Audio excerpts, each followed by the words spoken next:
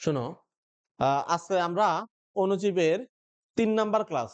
৩ number ক্লাসে আমরা ভাইরাসের আজকে ইম্পর্টেন্ট ২টা টপিক শিখবো আজকে, ঠিক আছে? একটা হলো ভাইরাসের স্ট্রাকচারের মধ্যে আমরা আহ টোবাকো মোজাইক ভাইরাস এবং হলো টি2 ভাইরাসের গঠন শিখবো। এরপরে আমরা যেটা শিখবো সেটা হলো ভাইরাস কিভাবে তার সংখ্যা বৃদ্ধি করে। ২টা টপিক পরীক্ষাতে আসার জন্য একবারই মনে করো 100% ইম্পর্টেন্ট। চোখ বন্ধ করে পরীক্ষাতে আসবে। সো আজকের ক্লাসটা হলো গত ২টা ক্লাস থেকে সবচেয়ে বেশি ইম্পর্টেন্ট। হ্যাঁ, তো আসো আমরা শুরু করি। গতকালকে যেখানে শেষ করলাম আজকে সেখান থেকে শুরু করি। ওকে, তোমরা শুধু মনোযোগ দাও, এখানের পরে এখানে শেষ হয়ে যাবে। তা আমরা প্রথমেই আসি ভাইরাসের স্ট্রাকচার। দেখো, আমরা গতকালকে অলরেডি একবার আলোচনা করছি যে ভাইরাসের গঠনের মধ্যে প্রথমে থাকে একটা নিউক্লিক অ্যাসিড, তার বাইরে থাকে একটা ক্যাপসিড। ক্যাপসিডটা হলো প্রোটিনের তৈরি, আর ক্যাপসিডের প্রতিটি খণ্ডকে বলা হবে ক্যাপসোমিয়ার বলা হয়। এরপরে আমরা আরো দেখলাম যে কিছু কিছু ভাইরাসের ক্ষেত্রে ওই ক্যাপসিডের বাইরে আরেকটা লেয়ার আছে যেটাকে আমরা লিপিডের লেয়ার বলি, আর ওই ভাইরাসকে আমরা লিপোভাইরাস বলি। আর ওদের প্রতিটি খণ্ডকে প্যাপোলোমিয়ার বলি। উদাহরণ কি ছিল? উদাহরণ ছিল ইউনুস, ঠিক আছে? হ্যাঁ। উদাহরণ ছিল কি ইউনুসের একটা উদাহরণ দিলাম না? ওকে, আচ্ছা। তো আজকে আমরা প্রথমেই আসি tobacco mosaic virus. Tobacco mosaic virus এটা একটা দণ্ডাকার ভাইরাস। নাম্বার 1 কি? দণ্ডাকার। এরপরে তুমি যদি আসো, এটা দণ্ডাকার, এটা দৈর্ঘ্য প্রস্থের থেকে প্রায় 17 গুণ। আমরা যদি এটার একটা ছবি দেখতে চাই, তোমরা একটু দেখো, ঠিক আছে? টোবাকো মোজাইক ভাইরাস, এলো টোবাকো মোজাইক ভাইরাস। দেখো এটা কি, মানে জাস্ট একটা টিউবের মতন, ঠিক আছে, দণ্ডাকার। আর এই দেখো এইগুলো হলো কি, তার ক্যাপসিড। আর ক্যাপসিড গুলোর মধ্যে ছোট ছোট অনেকগুলো কি আছে, ক্যাপসোমিয়ার আছে, ঠিক আছে? স্ট্রাকচারে যদি তুমি দেখো, এই হলো একটা স্ট্রাকচার, দেখছো কিভাবে এটা সজ্জিত অবস্থায় আছে? হ্যাঁ, তাহলে এই হলো ক্যাপসিড, আর এটা হলো তার হলো আরএনএ। এটা হলো কি, আরএনএ। আমরা চলে আসি এখানে, দেখো দেখা যাচ্ছে এখানে, তাহলে আরএনএ সূত্রক, আর এখানে থাকলো কি, ক্যাপসিড দেখা যাচ্ছে, ঠিক আছে? আচ্ছা, ক্যাপসিডের প্রতিটি অংশকে কি বলা হচ্ছে? ক্যাপসোমিয়ার বলা হচ্ছে। ওকে, এখন একটু তাহলে আমাদের পড়া শেষ। আমরা যদি আসি, এই যে আমাদের এখানে যে ক্যাপসোমিয়ার গুলো আছে, কয়টা আছে? 2130 থেকে 2200টি ক্যাপসোমিয়ার। ওকে, তাহলে কয়টা ক্যাপসোমিয়ার থাকবে? 2130 থেকে 2200টি। এবং সবচেয়ে মজার বিষয় যেটা পরীক্ষাতে তোমরা ভুল করবা, সেটা হলো এটার ভিতরে না আরএনএ এক সূত্রক এবং কতগুলো আছে, 6500টি নিউক্লিওটাইড দ্বারা গঠিত। এই শব্দটা তোমরা পরীক্ষাতে ভুল করবা। 6500টি ছিল নাকি জোড়া ছিল? কারণ একটু পর আরেকটা ভাইরাস পড়াবো, সেখানে আছে 60,000 জোড়া নিউক্লিওটাইড, আর এখানে কয়টা? তাহলে কোনটা টি আর কোনটা জোড়া, এটা তুমি প্যাচ লেখা যাবে। তাহলে টোবাকো মোজাইক ভাইরাসের আরএনএ তে কয়টা নিউক্লিওটাইড থাকে? মনে রাখার টেকনিক, আরএনএ হলো এক সূত্রক, একটা বোঝানোর জন্য টি বোঝায়। আর একটু পরে টি2 ভাইরাস পড়াবো, সেখানে হলো দ্বিসূত্রক ডিএনএ থাকে। কি থাকে? এই জন্য সেটা হলো 60,000 জোড়া। এই জন্য সেটা হলো 60,000 জোড়া। কথা কি বুঝাইতে পারছি? মনে থাকবে, আরএনএ এক সূত্রক, সো 6500টি, আর ডিএনএ 2 সূত্রক, এই জন্য এখানে 60,000 জোড়া। ওকে, আমরা আবার পিছনে চলে আসি। তাহলে এটি দৈর্ঘ্য, প্রস্থের, এটা গেল, এগুলো বোঝানো শেষ। এখানে তুমি যদি আরেকটু জানতে চাও যে এর ওজন হিসেবে শতকরা 95% হলো প্রোটিন। দেখো মাত্র এতটুকু হলো আরএনএ, আর বাকি সব কি, প্রোটিন না? সো আমরা বলতে পারি 95% প্রোটিন দ্বারা তৈরি হলো টোবাকো মোজাইক ভাইরাস। ওকে, তাহলে টোবাকো মোজাইক ভাইরাস থেকে জাস্ট এমসিকিউ আসবে, সিকিউ আসবে না। এরপরে আসি আমরা ফার্স্ট কি, এখান থেকে অনেক সময় ক মার্কে আসবে ব্যাকটেরিওফাজ কাকে বলে, ক মার্কে অ্যাভেলেবেল আসে এটা। যে সমস্ত ভাইরাস ব্যাকটেরিয়াকে আক্রমণ করে, আমরা জানি ইনভ্যারিয়েবলি এটা অনেক ভাইরাস আছে তারা হলো আক্রমণ করে, ঠিক আছে? যে সমস্ত ভাইরাস ব্যাকটেরিয়াকে আক্রমণ করে তাদেরকে ব্যাকটেরিয় ফাজ বা ফাজ ভাইরাস বলা হয়। গতকালকে আমরা বলছিলাম বিজ্ঞানী টট এই টি2 ভাইরাস আবিষ্কার করছেন। এই টি2, টি4, টি6 এরা হলো ব্যাকটেরিয়াকে আক্রমণ করে। ওকে, আচ্ছা, তা আমরা চলে আসি, এই দেখো তার স্ট্রাকচারে চলে আসি, ঠিক আছে? টি2 ব্যাকটেরিয় ফাজের মধ্যে কি কি আছে? তাহলে এই জিনিসটার মধ্যে মূলত হলো দুইটা অংশ। কয়টা অংশ? দুইটা অংশ। একটা হলো মাথা, একটা হলো লেন্স। মাথাটার ভিতরে যদি তুমি আসো, প্রথম কত হলো, মাথাটা হলো ষড়ভুজাকৃতি প্রিজমের ন্যায়। তাহলে এই জিনিসটা আমার লাগবে, প্রিজমের ন্যায়। এবং স্ফীত একটু মোটা থাকে, এর ভিতরে থাকে হলো আমাদের ডিএনএটা থাকে। দ্বিসূত্রক ডিএনএ, আকৃতি দরকার নাই, জাস্ট শেপটা মনে রাখলে হবে, দৈর্ঘ্য কত প্রস্থ কত এটা মনে রাখা লাগবে না। তাইলে তো সবচেয়ে ইজি কোশ্চেন এটা যে টোবাকো মোজাইক ভাইরাস কি আরএনএ থাকে না ডিএনএ থাকে, অথবা আসতে পারে টিটু ভাইরাসের মস্তকে কোনটা পাওয়া যায়, ডিএনএ পাওয়া যায়, বুঝতে পারছো? এটা তোমার শুধু জানতে হবে। তাহলে এখানে দ্বিসূত্রক ডিএনএ দ্বারা গঠিত। আর এই ডিএনএ এর মধ্যে জিন থাকে 150টা। দেখো ঢাকা ইউনিভার্সিটি 12-13 সালের কোশ্চেন এটা, যে টিটু ভাইরাসের ডিএনএ তে কতগুলা জিন থাকে, 150টি জিন থাকে। এটা হলো ঢাকা ইউনিভার্সিটিতে 12-13 সালের কোশ্চেন। ওকে, আমরা আসি এই ক্ষেত্রে মোট ওজনের টি2 ফাজের ডিএনএ, এই যে এটা মোট ওজনের ডিএনএটা থাকে হলো তোমার 50%। কত পার্সেন্ট থাকে? মোটামুটি 50% ওজন থাকে এটার, ঠিক আছে, 50% ওজন থাকে। ওকে, আচ্ছা, এরপরে আসি আমরা ল্যাঞ্জের মধ্যে আসি। তাহলে এটা হলো মাথা, মাথার পরে হলো ল্যাঞ্জ। ল্যাঞ্জের এখানে আসলে তোমরা প্রথমেই দেখো এখানে একটা কি আছে, কলার আছে। আমরা জিনিসটাকে আরো একটু ক্লিয়ারলি দেখি, আসো তোমাদের এই জিনিসটাকে আমরা একটু ক্লিয়ারলি দেখি আরো। ওকে, তাহলে এই হলো আমাদের জিনিসটা কি, টিটু ভাইরাস। এটা কি টিটু ভাইরাস। টিটু ভাইরাসের মধ্যে তাহলে আমরা প্রথমে দেখলাম মস্তক, মস্তকটাকে প্রিজমের মতন লাগছে, ডায়মন্ডের প্রিজম। এর ভিতরে আছে কি ডিএনএ। আমরা একটু আরো ডিটেইলসে ঢুকবো, আগে একটু বাহ্যিক ভাবে দেখি। এরপরে এখানে আছে কলার, বা এটাকে গ্রীবা বলা হয় বা নেক বলা হয়, যার সাথে কারণে এই মাথাটার সাথে তার লেন্সের কানেকশন তৈরি হয়। আচ্ছা, এরপরে তার লেন্সের মধ্যে যদি আমি আসি, প্রথমে নিচে যে অংশটা দেখা যাচ্ছে এটাকে বলা হবে বেস প্লেট। কি বলা হয়? বেস প্লেট, ভূমি, ভিত্তি। ওই যে আমরা হাইড্রার মধ্যেও দেখছিলাম পদতল, মনে আছে কিনা? ঠিক একই রকমের জিনিস। এরপরে আমরা যদি এখানে আসি, এগুলোকে বলা হবে স্পাইক। এগুলোকে কি বলা হবে? স্পাইক। আর এইখানে কিছু জিনিস আছে, এদের নাম হলো স্পর্শক তন্তু। তন্তু মানে ফাইবার, মানে এরা টিউবের মতন। আর স্পর্শক মানে কি, যখন কোনো হোস্ট আছে না, মানে যার কাছে যাকে আক্রমণ করবে তার সাথে অ্যাটাচমেন্টের জন্য, মনে করো আমি আংটা দিয়ে কোনো কিছুর সাথে যুক্ত হবো না, এরকম। তা আমরা এটা একটু আরো ডিটেলসে দেখি। তাহলে তুমি একটু দেখো, প্রথম হলো হেড। তাহলে হেডের মধ্যে আমরা কি কি আছে দেখি, ঠিক আছে। তাহলে part of the capsid protein শিল, এটা লেখা প্রোটিনের আবরণ, ঠিক আছে। এটার মধ্যে কি থাকে? জেনেটিক মেটেরিয়াল থাকবে। তাহলে মাথার মধ্যে তোমাকে যদি টিটু ভাইরাস আসবে, একবারে খুব বেশি আসে সিকিউতে দেখবা, তাহলে চিত্রটা আঁকবা, তখন এইভাবে হেডলাইন দিবা, মাথা, মাথা লিখে মাথার বর্ণনা লিখবা, লেজ লিখে লেজের বর্ণনা লিখবা। তাহলে এটা কি থাকে? তাহলে আমরা বলবো এর মধ্যে যে মাথাটা থাকে এটা প্রোটিন দ্বারা আবৃত, বা প্রোটিন দ্বারা তৈরি, যার মধ্যে তার ডিএনএ বা জেনেটিক মেটেরিয়ালটা থাকে। এরপর আমরা আসি নেকের মধ্যে আসি, ঠিক আছে। নেকের মধ্যে তুমি যদি আসো, তাহলে এটা কি করে? মাথার সাথে এর লেন্সের মধ্যে কি করে? কানেকশন করে। এরপর টেলের মধ্যে আসি। টেলটা একটা টিউবের মতন, এর লং টিউবুলার ফ্লেক্সিবল স্ট্রাকচার, অর্থাৎ এটা একটা টিউবের মতন এবং এটা ফ্লেক্সিবল। মজার বিষয় হলো, এটা দিয়ে তো যখন কোনো কিছুর সাথে অ্যাটাচমেন্ট করবে, তখন এই টিউবের ভিতর দিয়া এই ডিএনএটাকে সে পাঠিয়ে দিবে। একটু পরে ভিডিওতে দেখাবো তোমাদেরকে সেটা, যখন ওই রেপ্লিকেশন করবে কিভাবে সে সংখ্যা বৃদ্ধি করে সেখানে আমি পড়াবো। তাহলে ল্যাঞ্জের কাজ কি বুঝতে পারছি? এটা একটা টিউবিউলার, নলাকার, ভিতর দিয়া ডিএনএটা কোথায় যাবে? পোষকের দেহে ঢুকবে। ওকে, এরপরে আমরা আসি টেল ফাইবার। এই ফাইবার গুলার কাজ কি? এটার কাজ হলো অ্যাটাচমেন্ট করা। কি করা? কার সাথে? হোস্ট সেলের সাথে, অর্থাৎ যাকে আক্রমণ করতেছে তার সাথে ইয়া করার জন্য। ওকে, ওকে, আমরা আমাদের পড়াতে আবার আসি। এটা গেল। এরপরে তাহলে আমরা এখান থেকে আর কি কি দেখলাম?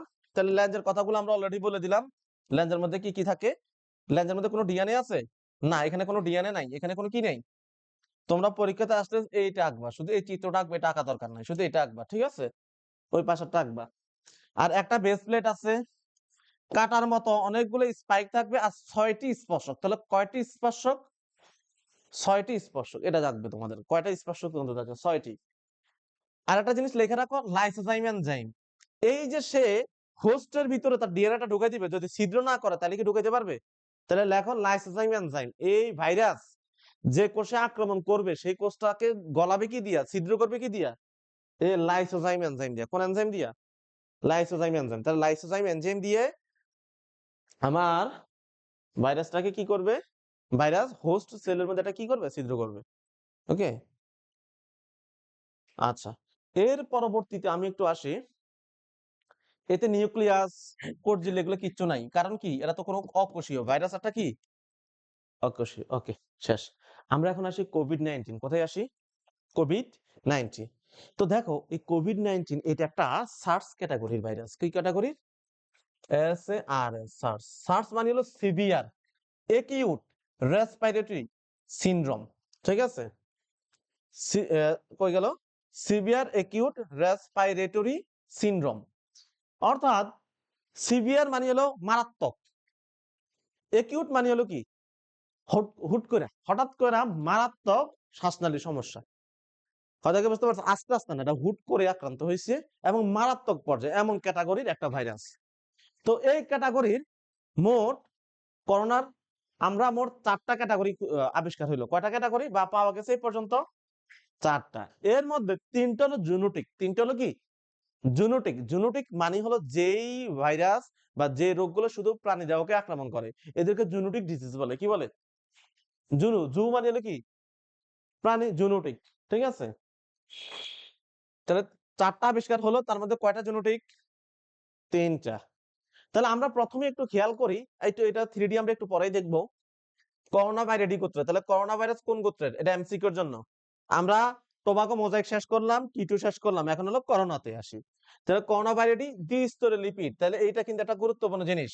এরা কিন্তু আবরণ আছে দ্বিস্তরী। ওই যে আমরা গতকালকে আবরণযুক্ত ভাইরাসের মধ্যে মনে আছে না, ইউনূস সাহেব বাংলাদেশে করোনা নিয়ে চলে আসলো। তাহলে দ্বিস্তর লিপিড আবরণ, আবরণযুক্ত ভাইরাস মনে আছে কিনা? আবরণযুক্ত, এই জন্য লিপিড। আগে দুইটা তো কোনটাতে লিপিড ছিল না, আগে দুইটা ভাইরাসে কোনটাতে কিন্তু লিপিড ছিল না, এটাতে আছে। সৌর কিরণযুক্ত মুকুটের মতন, খেয়াল করো, সৌর কিরণযুক্ত সূর্যের আলো যেমন এরকম আমরা সূর্য আঁকি না, আমরা এরকম করে দেই না, গাছ এদিকে একটা গর্ত রাখি, এদিকে একটা নদী দিয়ে দেই, এদিকে গাছপালা দিয়ে দেই, মনে আছে না? তাহলে এখানে সূর্যের আলো যেমন দেয় এরকম মনে হয় যেন সূর্যের কিরণ দিচ্ছে এরকম। ঠিক আছে? ওকে, এখান থেকে আমাদের লাগবে। তাইলে এখন দেখো প্রথম যে জিনিসটা, তাহলে সার্স কভ, যেটা 2003 সালে সর্বপ্রথম আবিষ্কার হলো। এরপরে এমইআরএস, এটা হলো মিডল ইস্ট, মানে এই রোগটা শুধুমাত্র মিডল ইস্টের মধ্যে, এই করোনাটা শুধুমাত্র মিডল ইস্টের মধ্যে ছিল, আমাদের এদিকে ছিল না। তখন এটাকে করোনা ভাবে আমরা শুনি নাই কখনো। যেমন তোমরা যদি আমাকে একটা চিন্তা করো, তোমাদেরকে যদি আমি বলি প্যান্ডেমিক শব্দটা জীবনে করোনার আগে শুনছিলা, কিন্তু এই শব্দটা আগে থেকেই ছিল। এমন অনেক জিনিস আছে যখন আমরা আসে তখন আমরা এটা শুনি, কিন্তু এর আগে থেকে এই শব্দটা ছিল। তো আইসোলেশন সেন্টার, এগুলো মেডিকেলের বইতে তো আরো 10 বছর আমরা মানে আরো 50 বছর আগে লেখা আইসোলেশন সেন্টার। ঠিক আছে? এখন আমরা কোয়ারেন্টাইন, এগুলো তো লেখা আছে, কারণ এটা করোনার জন্য না, অন্য জিনিসের জন্য ছিল। আচ্ছা, এটা হলো মিডল ইস্ট রেসপিরেটরি সিনড্রোম, মানে শুধু মধ্যপ্রাচ্যের মধ্যে ছিল। কিন্তু বর্তমানে আমরা যেটা দেখি সেটার নাম হলো সার্স কভ 2। 2019 সালের ডিসেম্বর মাসে যেটা আসলো, এটার নাম হলো সার্স কভ 2 বা সার্স কোভিড 2। কোভিডটাকে সংক্ষেপে লাগে কোভিড 2। এটাকে নোবেল করোনা ভাইরাস বলা হয়। ঠিক আছে? তো নোবেল করোনা ভাইরাস বলতে কোনটাকে বোঝাবে? এটাকে বোঝাবে না, এটাকে বোঝাবে, 2টাকে বোঝাবে। ঠিক আছে? ওকে, এটার লক্ষণ এখান থেকে এইগুলো একটু পড়ে নিবা। ঠিক আছে? আমরা এখানে 3টা জিনিস পড়াইবো, আসো। এই 3টা জিনিস ক মার্কের জন্য হট টপিক।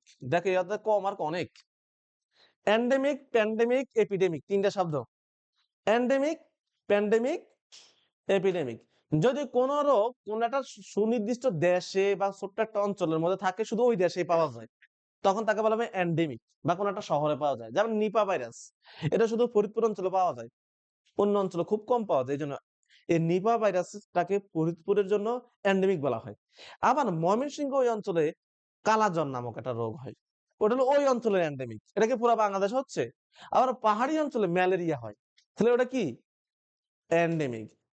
আর এমন যদি হয় যে বাংলাদেশ এবং কলকাতা দুইটা অঞ্চলের মধ্যে যত মুরগি আছে সবার মধ্যে সোয়াইন ফ্লু আক্রমণ করছিল, সোয়াইন ফ্লু, বার্ড ফ্লু আছে না, এটা আক্রমণ করছে, কারণ কারণ সব মুরগি 2008-9 সালের দিকে মারা গেছিল। এই রোগটা কি পুরো পৃথিবী ব্যাপী হইলো, নাকি একটা দেশ অথবা সামান্য অন্য একটা দেশের অংশ? এই রকম যদি হয় তখন তাকে বলা হবে এপিডেমিক। আর যদি এমন হয় পুরো পৃথিবী ব্যাপী, তখন তাকে বলা হবে প্যান্ডেমিক। তো করোনা ভাইরাস এটা কি? তোমরা করোনা ভাইরাসের প্যারাগ্রাফ যখন লিখছিলা, যে প্যান্ডেমিক লিখছো না, অথবা লিখতো যে এখন এই প্যান্ডেমিক সিচুয়েশনে আসলে ঘর থেকে বের হওয়া যাবে না, যে কন্ডিশন দেখা যাচ্ছে, সবাই শুধু এই কথাই বলে। কি বলো? হ্যাঁ, এই ব্যাপারটা কি বুঝতে পারছো? তাহলে এই আর কি। তাহলে প্যান্ডেমিক, এপিডেমিক, এন্ডেমিক এটা উদাহরণটা একটু খেয়াল করি। প্যান্ডেমিকের মধ্যে আছে এমইআরএস, ওই যে মিডল ইস্ট, এটা শুধু মিডল ইস্টে ছিল, সৌদি আরব, কাতার, কুয়েত, ইয়েমেন এগুলাতে। এপিডেমিক যেমন ইবোলা, এটা পশ্চিম আফ্রিকার মধ্যে ছিল, আফ্রিকার কঙ্গো, উগান্ডা, নাইজেরিয়া ওই দেশগুলোতে ছিল। আর প্যান্ডেমিক যেমন হলো কি, বলা হয় 100 বছরের মধ্যে একবার না একবার কোনো একটা প্যান্ডেমিক আসেই। ওকে, আচ্ছা, তা আমরা ভাইরাসের গঠন দেখলাম, তার মধ্যে শুধু টি2 ভাইরাসের স্ট্রাকচারটাই পরীক্ষাতে আসবে, হ্যাঁ, সিকিউতে আসবে। এখন আসি আমরা ভাইরাস কিভাবে সংখ্যা বৃদ্ধি করে, কি করে। এই টপিক হলো ভাইরাসের মধ্যে 1 নাম্বার টপিক, মানে যেটা পরীক্ষাতে আসবেই। ভাইরাস থেকে যদি কোনো কোশ্চেন দেয় তাহলে এই কোশ্চেন না দিলে হবেই না, সেটা হলো আমাদের এই চক্রটা। খুবই সুন্দর কিউট একটা জিনিস, আমরা এখন সেটাকে তোমাকে পড়াবো। কি না, ওইরকম না, এটা আমরা একটু পড়াবো। তো আমাদের প্রথম যে জিনিসটা, সেই জিনিসটা হলো খেয়াল করি আমরা আমরা প্রথমে একটু খেয়াল করি ভাইরাস সংখ্যা বৃদ্ধি করে কিভাবে। তো এখন ভাইরাস সংখ্যা বৃদ্ধি করে কিভাবে, এটার দুই রকম, অনেক রকম সিস্টেম আছে। এর মধ্যে আমরা তোমাদেরকে যেটা পড়াবো এখন, এই তোমাদের সিলেবাসে যেটা আছে সেটা হলো যে ওই যে তোমার টি2 ভাইরাস আছে না, এই টি2 ভাইরাস গুলা কিভাবে করে সেটা আলোচনা করছে তোমাদের বইতে, বুঝছো। আমরা একটু দেখি, বা সরি টি2 না, মানে ব্যাকটেরিয়া ফাজ গুলা কিভাবে, ফাজ ভাইরাস বা ব্যাকটেরিয়া ফাজ যে ভাইরাস গুলো আছে তারা কিভাবে সংখ্যা বৃদ্ধি করে সেটা পড়াবো এখানে।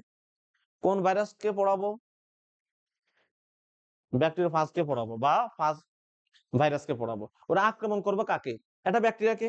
ওকে, তাহলে আমরা প্রথমেই বুঝা গেছে আজকে এখন যে সংখ্যা বৃদ্ধি পড়াবো সেখানে একটা ব্যাকটেরিয়া দরকার আছে। কি দরকার আছে, এই ব্যাকটেরিয়াটার নাম হলো ইকোলি ব্যাকটেরিয়া। কি ব্যাকটেরিয়া, ইকোলাই বা ইকোলি ব্যাকটেরিয়া। এই ব্যাকটেরিয়ার উপরে আমরা এখন সংখ্যা বৃদ্ধি পড়াবো। এখন এই ব্যাকটেরিয়াটাকে মধ্যে আক্রমণ করে, এটা কিভাবে আক্রমণ করে আর কিভাবে সংখ্যা বৃদ্ধি করে, এর উপর ভিত্তি করে আবার দুই রকম আছে। কয় রকমের আছে, একটা লাইটিক চক্র আর একটা নাম হলো লাইসোজেনিক চক্র। এটার নাম কি, ব্যাকটেরিয়া ফাজ, মানে যারা ফাজ ভাইরাস তারা সংখ্যা বৃদ্ধি দুই ভাবে ঘটায়। কয় ভাবে, একটা লাইটিক চক্র আর একটা নাম হলো লাইসোজেনিক চক্র। লাইটিক চক্রের নাম হলো ভাইরুলেন্ট, এটাকে ভাইরুলেন্টও বলা হয়। আর এটাকে টেম্পারেট দশা। এই ভাইরুলেন্ট শব্দের অর্থ হলো মারাত্মক রোগ তৈরি করা, মারাত্মক বা রোগ সৃষ্টি। মানে যখন তোমার বডিতে ভাইরাস লাইটিক চক্র করতেছে, তার মানে তখন তোমার রোগ হচ্ছে, তোমার সিমটম চলে আসছে। আর যখন তোমার বডিতে ভাইরাস টেম্পারেট দশায় আছে, তখন এটা সুপ্ত অবস্থায় আছে। টেম্পারেট মানে হলো সুপ্ত অবস্থায় আছে। কোন অবস্থায়, মানে তোমার বডিতে ভাইরাস আছে কিন্তু সে কোন অবস্থায় আছে, মানে তোমার তোমার রোগ আসবে তখন, তখন খুবই সামান্য আসে বা মৃদু, জাস্ট একটু সামান্য হালকা কাশি আসতে পারে, সর্দি আসতে পারে। কিন্তু লাইটিক চক্র এটা মারাত্মক জ্বর আসবে, ঠিক আছে, অনেক সমস্যা তৈরি হতে পারে। তাইলে আমরা যেটা বুঝলাম ব্যাকটেরিওফাজ মারাত্মক রোগ সৃষ্টি, ঠিক আছে। তাহলে ব্যাকটেরিওফাজ তোমার বডিতে কয় রকম, আমার বডিতে নাকি কার বডিতে, ব্যাকটেরিয়ার বডিতে। কারণ ব্যাকটেরিওফাজ তা তো ব্যাকটেরিয়া আক্রমণ করবে, জান্নাতিকে আক্রমণ করলে কি হবে, জান্নাতি ফাজ। তাহলে যেই ফাজ জান্নাতিকে আক্রমণ করে তার নাম হলো জান্নাতি ফাজ। আচ্ছা আসো, তো আমরা এখন কে কেমনে করে একটু খেয়াল করি।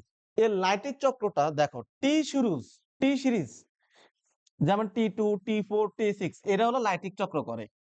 আর ল্যামডা ফাস্ট গোত্রীয় যারা, এই ক্যাটাগরির ভাইরাস যারা, তারা করে লাইসোজেনিক। এটা হলো এমসিকিউর কোশ্চেন, যে নিচের কোনগুলা লাইটিক চক্র করে, টি2, টি4, টি6, আর কারা লাইসোজেনিক করে, ল্যামডা ফাস্ট গোত্রীয় যারা আছে তারা করে কি, লাইসোজেনিক করে, ঠিক আছে। ওকে, এখন আসি আমরা লাইটিক চক্র শুরু করে দিই। আসো, সেই কাঙ্ক্ষিত লাইটিক চক্র আমরা শুরু করব। তো আসো আমরা একটু খেয়াল করি, তোমরা একটু চিত্রটার দিকে তাকাও, আমরা একটু দেখি। প্রথমে সুন্দর মতো চিত্রটা আঁকতে হবে, আর 6টা স্টেজ আছে, স্টেজ গুলো লিখতে হবে। একদম তোমরা আমার সাথে দেখা, আমি জীবনে যদি কোনো চিত্র ভালো পারি তাহলে এই চিত্রটাই ভালো পারতাম। ইন্টারে সহজ একটা চিত্র, কিন্তু পরীক্ষাতে যেই পরীক্ষা দিই না কেন সব পরীক্ষাতে এটাই আসে, ঠিক আছে। কি এক সুন্দর কোশ্চেন। তো সিকিউর জন্য 100% কোশ্চেন আমি যে লিখে দিচ্ছি এগুলোই তো সাজেশন। যে স্টুডেন্ট আসবে না, হ্যাঁ, পরে এসে বলবে ভাই কমন আসে নাই, তো তারা কি দরকার, কান টান লাল করে দাও দরকার। কথা কি বুঝতে পারছি? 26 বছর এখন মাইর খাইছে কিনা কেউ? মাইরও খায় না, বকাও শোনে নাই। কোন সময় যে কার উপরে চলে আসে আল্লাহই জানে। কথা কি বুঝতে পারছো কিনা? স্কেল না। ও মাইরে আমার তো ওইখান থেকে বাইর করে দেই। আর আমি কোন গালি-গালাজ ছাড়া বাইর করি না। কথা বুঝছো কিনা? বললাম কি, এক মেরে বলছে এমন জোর লাথি মারবো যে ওয়ালার সাথে মাথা ভেঙে ফেলবে। আরে আল্লাহ! আগের দিন রাত আমাকে কফি খাওয়ালো। পাশেরই ইউনিটে থাকে সে। শুধু বলছি যে কফি খাবো। বলছে তার গার্ডিয়ানে বলে দিচ্ছে, "স্যার আপনি তো এখানে পড়াশোনা করেন।" মানে আমি ছুটি দিয়ে নিজের পড়াশোনা করি মেডিকেলের। যদি চা কফি লাগে নক দিলে দিয়ে যাবে। আমার বাসায় কেটলি-টেটলি তখন হলে আছে। আগের দিন রাতে আমাকে কফি খাওয়ালো, কিন্তু পরের দিন তারে বললাম যে, "এমন লাথি মারবো এখান থেকে বাইর করে দিবো। বাইর হও। আর আসবে না এই সামনে।" কথা কি বুঝাতে পারছি? ও কি করছিল, ওই যে আমি পড়াইতেছি, ওরে মোবাইল টিপে। কথা কি বুঝাইতে পারছি? বারবার যখন বললাম মোবাইল রাখো, এবারে এমনি চোখ লাল করে বসে আছে। আমি বললাম, "ফাজলামি পাইছো নাকি তুমি?" কথা কি বুঝতে পারছো? এরকম একটা অবস্থা। মোবাইল টিপার জন্য গার্লস স্কুলের একটা খুবই কমন একটা মেয়েকে আমি বই তার মুখের উপর রাইখা চলে আসছি। কথা কি বুঝতে পারছো? এই শুধু মোবাইল টিপার কারণে। আমি পড়াচ্ছি, ওইরা তখন বাসায় পড়াতাম। সে বাসায় আমার সামনে মোবাইল টিপতেছে। ১ মাস যাবৎ সে এই কাজ করতেছে। সব স্যারেই কমপ্লেইন। তারে এইজনের সাথে দেখি, ওইজনের সাথে দেখি, এইজনের সাথে দেখি, ওইজনের সাথে দেখি। দরকার নাই ভাই। কথা বুঝছো কিনা? এরকম আরকি। আর যারা পড়াশোনা করে তাদেরকে আমি হলো সবসময় খাওয়াই। কথা কি বুঝছো? যারা পড়াশোনা করে তাদেরকে আমি সবসময় খাওয়াই। তোমাদেরকে হ্যাঁ, খাওয়াবো তো। ফুচকা-টুচকা এগুলা সবসময় দিব। আচ্ছা আসো, আমরা এই জিনিসটা দেখি। তাহলে দেখো মাত্র কয়েক মিনিট লাগবে জিনিসটা দেখি। তো ১ম এই আসো। আমি মনে করো ১ম এ এই হলো ইকোলি ব্যাকটেরিয়া, ওকে? তোমরা সবাই চিত্রটার দিকে তাকাও। চিত্র দেখলে পড়া শেষ। এ হলো ইকোলি ব্যাকটেরিয়া। এই হলো আমার টিটু ভাইরাস। ঠিক আছে? টিটু ভাইরাস ১ম এ এটার সাথে আইসা ল্যান্ডিং করলো। কি করলো? এটা রকেটের মতন এটা এসে ল্যান্ড করলো। কি করলো? ল্যান্ড করার পরে অ্যাটাচমেন্ট করবে। কি করবে? অ্যাটাচমেন্ট করবে কি দিয়া? অ্যাটাচমেন্ট করলো ওই যে স্পাইক গুলো আছে, স্পাইক গুলা দিয়ে। কেন অ্যাটাচমেন্ট হলো? কারণ তার রিসেপ্টর আছে এখানে। কি আছে? রিসেপ্টর। যদি রিসেপ্টর না থাকতো তাহলে তো করতে পারতো না। আচ্ছা, এরপরে ২ নাম্বার স্টেজ, সেটার নাম হলো পেনিট্রেশন। ছিদ্র করবে। ওই যে লাইসোজাইম এনজাইম, সেটা দিয়ে সে কি করবে? এই জায়গাটাতে ছিদ্র করবে। করে ব্যাকটেরিয়ার যে ডিএনএ এখানে পাঠায় দিছে। তাহলে দেখো ব্যাকটেরিয়ার ডিএনএ কি এখানে আছে? ডিএনএ এখানে চলে আসলো, টিউবটা দিয়ে চলে আসলো। আসার পরে টিউবের আর কোনো কাজ আছে আর? নাই। এরপরে এই যখন ঢুকলো, ঢোকার পরে সে এবার কি করলো? এখন এখানে তো ব্যাকটেরিয়ার ডিএনএ আছেই। তো এই ডিএনএটাকে বানানোর জন্য জিনিসপাতি আছে না এখানে? তো সে কি করলো? আমি একটা বেচারা নতুন জিনিস আসলাম। সকল এনজাইম সকল কিছু শুধু এই ডিএনএটার মধ্যেই আছে। আমার মধ্যে কেউ আসে না। তখন কি আমরা যেমন আ জিলেস মনে করো রাজেন্দ্র করে যে একটা ছেলে আসলো এখন নগরকান্দা থেকে। চিন্তা করলো এখানে বেশিরভাগ মেয়েরা হলো গার্লস স্কুল, তারা তো জিলেস স্কুল পোলাপানদের সাথে আগে পরিচয় আছেই। এখন আমি আসলাম, আমার দিকে তো নজর দিবে না। তো সে একটু আলাদা পার্টনার জন্য গাড়ি-টাড়ি দিয়ে আসতেছে কলেজে। মানে সে একটা নতুনত্ব দেখাবে যার কারণে মেয়েটা তার দিকে আসে। তখন এই ডিএনএ টা কি করলো? তার নিজস্ব এনজাইম দিয়া এইখানকার যে এনজাইম গুলো আছে তাদেরকে আকৃষ্ট করবে। আকৃষ্ট করে সবকিছুকে তার দিকে নিয়ে আসবে। আর তার প্রভাবে এই ডিএনএ টা ভেঙে যাচ্ছে। ব্যাকটেরিয়ার নিজস্ব ডিএনএ কি হয়ে যাচ্ছে? আচ্ছা, ব্যাকটেরিয়ার নিজস্ব ডিএনএ যদি ভেঙে যায় তাহলে এই ব্যাকটেরিয়াটার দখল কার কাছে থাকবে? এই ডিএনএ এর কাছে থাকবে কিনা? এই ডিএনএ টা যখন নষ্ট হয়ে যাচ্ছে, ব্যাকটেরিয়াল ডিএনএ টাকে কি করে দিচ্ছে? সে নষ্ট করে দিচ্ছে। আর ওই ব্যাকটেরিয়ার ডিএনএ টাকে বানানোর জন্য যে এনজাইম আর যে প্রোডাক্ট গুলা, সেগুলোকে সে নিজে নিয়ে নিছে। নিয়ে মনের সুখে সে ডিএনএ বানানো শুরু করছে। আর যার ডিএনএ তারে মাইঙ্গা সে শেষ করে ফেললো। এখন আমরা জানি ডিএনএ থেকে তৈরি হবে কি? এমআরএনএ। আর এমআরএনএ থেকে তৈরি হবে কি? প্রোটিন। আর এই প্রোটিন দিয়ে সে তৈরি করতেছে মাথা, লেন্স, স্পাইক। এক পর্যায়ে এগুলা তৈরি করার পর এগুলোকে অ্যাসেম্বলি করবে। কি করবে? আমরা যেমন থাকে না মোবাইলের কারখানা, গাড়ির কারখানা, চাকা বানাইতেছে, টায়ার বানাইতেছে, সব আইনা এক রূপে আনার পরে এবার অ্যাসেম্বল করবে। সবগুলোকে ফিট করবে। অ্যাসেম্বল করা হয়।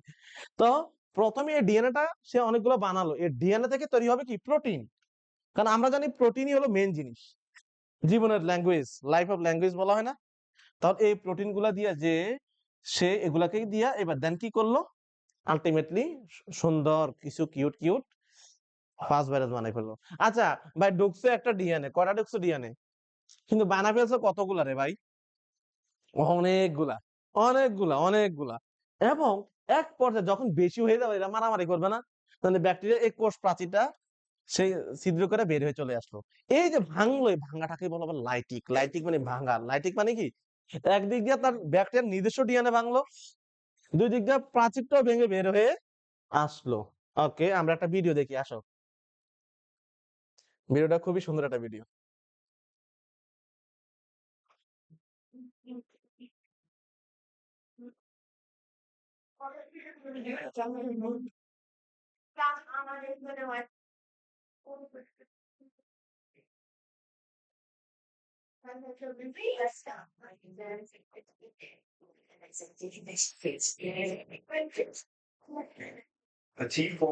এই দেখো, এটা হলো T4, ঠিক আছে?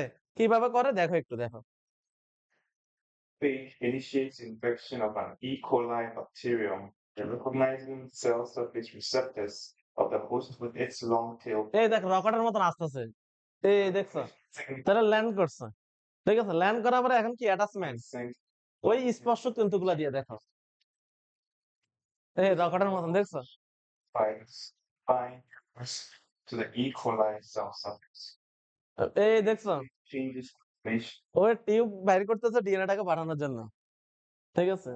in the tail sheet contracts এই যে পেনিট্রেশন করতেছে। to puncture the outer brain cell. The lysosome domain of GP5 এটা লাইসোজোমের কথা বলছে, দেখছো? লাইসোজোম এনজাইমের মাধ্যমে করতেছে। integrates the periplasmic methylglutamic এই যে ডিএনএ গুলা, এই ডিএনএ সব যাবে এখন ওইদিকে। and DNA from the base of the এই ডিএনএ টিউব দিয়ে যাচ্ছে, and ঠিক আছে? ডিএনএটা যাচ্ছে।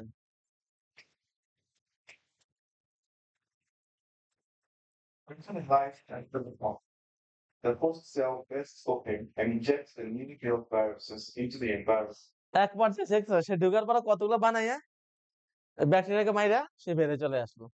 destroying the cell. যে কোষকে আক্রমণ করছে সেই কোষকে ভেঙে দিছে, এই জন্য বলছে আর কি।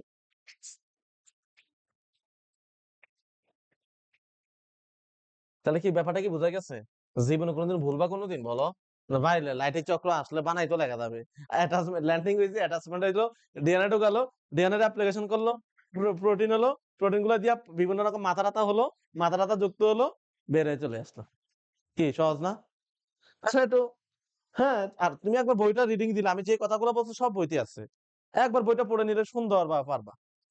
এরপরে আসে লাস্ট ওয়ান, আমরা আর বেশি সময় নিব না। লাস্ট ওয়ান, লাইসোজেনিক চক্র। হ্যাঁ, লাইসোজেনিক চক্র। দেখো, লাইটিক চক্র আর লাইসোজেনিক চক্রের মধ্যে একটু খেয়াল করে দেখো। মনে করো এই এক রাজা আছে, ঠিক আছে? এই রাজার একটা মেয়ে আছে, রাজা কোনো ছেলে টেলে নাই। ওই যে তোমার নাম জানো কি?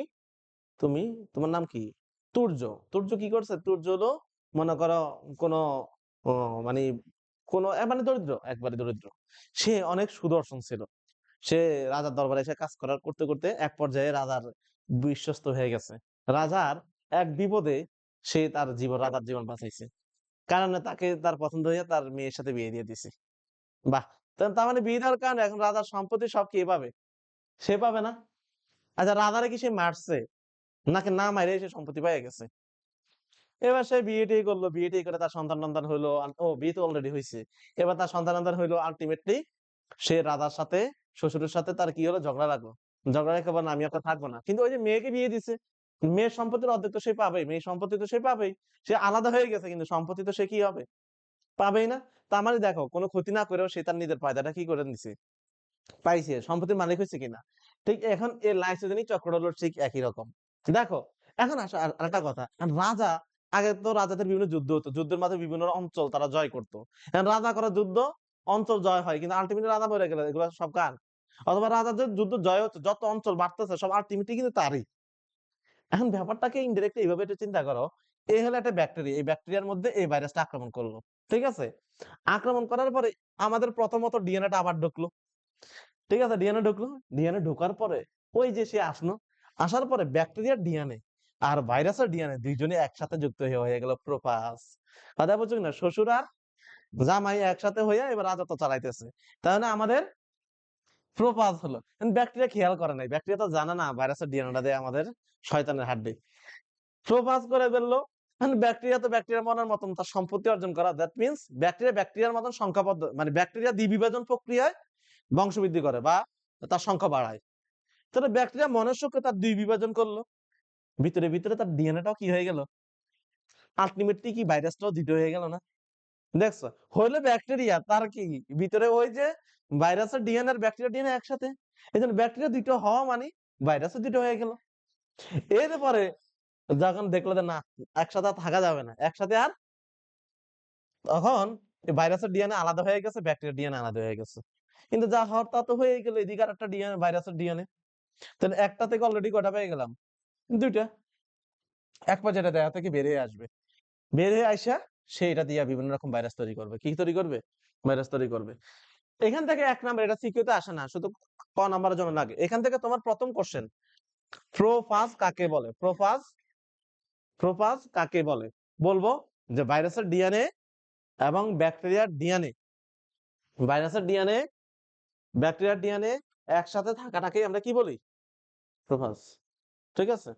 আচ্ছা, আমরা একটু বই থেকে আসি। একটু তো আমি বর্ণনা করে পড়ালাম, এবার একটু বই থেকে দেখাই দেই। লাইটিক চক্র, প্রথমে যে অ্যাটাচমেন্টের কথা বলছি, এই অ্যাটাচমেন্টের কথা এখানে লেখা আছে, ল্যান্ডিং করা বা অ্যাটাচমেন্টের কথা লেখা আছে। মানে এত আমি মুখে বলে দিছি, এখন একটু বই থেকে দেখাই দিই, তাহলে পড়া শেষ আজকের। তো রিসেপ্টরের সাথে যুক্ত হবে কি দিয়ে? স্পর্শক ফাইবার গুলো দিয়ে তৈরি হবে, যুক্ত হবে। ঠিক আছে? তারপরে হলো ডিএনএটাকে তার দেহের ভিতরে ঢুকে দিল, অনুপ্রবেশ করলো। ঠিক আছে? তারপরে সেখানে রেপ্লিকেশন করলো। রেপ্লিকেশন করার পর সেখান থেকে প্রোটিন দিয়ে বিভিন্ন রকম মাথা তৈরি করবে। তারপরে সেই অংশগুলাকে সে কি করলো? অ্যাসেম্বল করলো। তারপরে নতুন ভাইরাসটাকে সে কি করে দিল? মুক্ত করে দিল। এখন এই যে লাইটিক চক্র, এই লাইটিক চক্রে ৩০ মিনিটে ৩০০ টা নতুন ভাইরাস তৈরি হতে পারে। কয়টা? ৩০ মিনিটে প্রায় ৩০০ টা। পোষক ব্যাকটেরিয়াকে আক্রমণ করার এই জিনিসটাও কম আর কি আসে। দেখো আসলে তোমরা একটা মজার জিনিস দেখো কিনা, দেখো এই যে তোমরা ক এখান থেকে লিখে রাখছো না, তোমরা কি টেস্ট পেপার খুলে আবার চতুর্থদের ক এর জন্য আলাদা সিরিয়ালে পড়বা? না, যেই কোনো জিনিস, যেই কোনো পরীক্ষা শুধু মূল বইটা পড়বা, আর টেস্ট পেপার পড়তে লাগবে 10 মিনিট। কয় মিনিট? কিভাবে কোশ্চেনটা আসছে, কিভাবে কোশ্চেনটা আসছে বুঝাতে পারছি?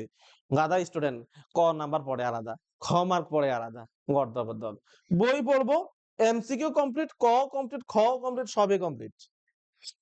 বায়োলজি বই, বায়োলজি হলো টোটাল বই। এই জন্য আমি তো প্রত্যেকটা জায়গায় ক লেখা দিচ্ছি, যতগুলো অধ্যায় পড়ালাম, কোনটা ক, কোনটা খ, কোনটা সিকিউতে আসবে সব বলতেছি। ঠিক আছে? তাহলে ইক্লিপস কাল কাকে বলে? ওই যে একটা ভাইরাস তোমার শরীরে ঢোকার পরে যতক্ষণ পর্যন্ত সে কি করে? নতুন ভাইরাস তৈরি না করে, মানে সে সুপ্ত অবস্থায় আছে, তাকে কি বলা হবে? ইক্লিপস কাল বলা হয়। আচ্ছা, লাইসোজেনিক চক্রতে আসে। লাইসোজেনিক চক্র কারা দেয়? আমরা অলরেডি একবার বলছিলাম, ল্যামডা ফাজ, P1, M13, এই তিনটা লাইসোজেনিক চক্র দেয়। ঠিক আছে? তোমরা আমার সাথে একটু কথা বলো, একটু কথা টথা বলো, তাহলে আর শরীর খারাপ লাগবে না বা ঘুম টুম আসবে না, বোরিং লাগবে না। হুম? না না, একটু কথা টথা বলবো, তাহলে এনজয় করতে পারবো। ঠিক আছে? সবাই যদি কথা বলো, তাহলে একটা কি থাকবে তোমাদের, আমার সাথে কমিউনিকেশন থাকতে হবে। আচ্ছা, এখন এই যে ব্যাকটেরিয়ার ডিএনএটাকে কাইটা ভাইরাসের ডিএনএটাকে একসাথে করে দিচ্ছে, এখানে একটা এনজাইম আছে, নাম হলো নিউক্লিয়েজ। নাম কি? ওই এনজাইমের সাথে যুক্ত করছে, যে নাম হলো কি? নিউক্লিয়েজ। এটা এমসিকিউ তে আসবে যে প্রোফাজ তৈরি করতে কোন এনজাইম দরকার হয়? নিউক্লিয়েজ। আচ্ছা আচ্ছা, ব্যাকটেরিয়া দ্বিবিভাজন প্রক্রিয়া সংখ্যা বৃদ্ধি করে, এটা হইছে। আমরা এখন আসি লাইটিক চক্র এবং লাইসোজেনিক চক্রের মধ্যে পার্থক্য, তাহলে আজকের পড়া শেষ। ১ নাম্বার পার্থক্য, লাইটিক চক্র কারা করে, লাইসোজেনিক চক্র কারা করে? লাইটিক চক্রে একবারে অনেকগুলো ভাইরাস তৈরি হয়, কিন্তু লাইসোজেনিক চক্রে একবারে ২টা ভাইরাস তৈরি হয়। কয়টা তৈরি হয়?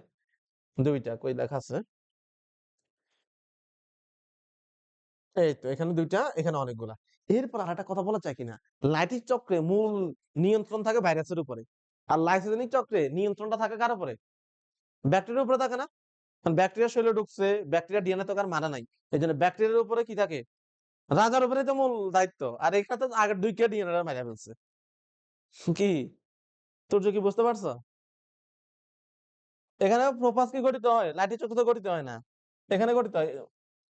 এখানে আক্রমণের তীব্রতা, এখানে virulent মারাত্মক আক্রমণ। একসাথে অনেকগুলো ভাইরাস বানাই ফেলতেছে। আর এখানে ২টা করে বানায়। তার মানে কি আস্তে, আস্তে।